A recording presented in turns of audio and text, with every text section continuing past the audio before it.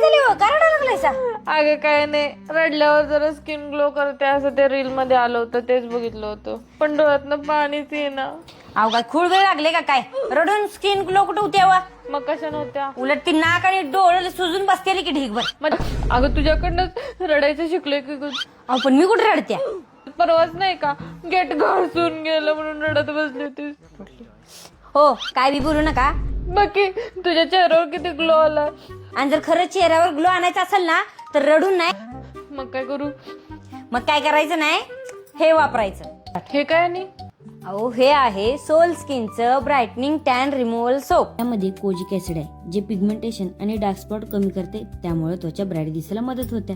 त्याचबरोबर यामध्ये rice water, नायसिनेमाइड आणि ग्लुटाथिओन यांचा जबरदस्त फॉर्म्युला आहे जे स्किन ब्राईटनिंग आणि टॅन रिमूव्ह साठी बेस्ट आहे. त्याचबरोबर या सोपची एक बाजू रफ असल्यामुळे डेड स्किन रिमूव्ह करते. रेग्युलर यूज केल्यावर फक्त 20 दिवसात फरक दिसायला लागतोय. फरक तुम्ही पाहू शकताय. हा सोल स्किन सोप पूर्णपणे केमिकल फ्री आहे, त्यामुळे टॅन रिमूव्ह साठी बेस्ट ऑप्शन आहे. म्हणजे मी उगाचच रडून ग्लो आणायचा प्रयत्न करत होते. हा बरोबर, रडून नुसतं डोळे सुचतील, पण स्किनची योग्य काळजी घेतली ना तरच स्किन ग्लो आणि ब्राईट करत असत्या. असू दे, त्या 3 आल्यात, एक ठेवा तुम्हाला. पूजा कोणाला उधारी ठेवत नसत्या, कळलं काय?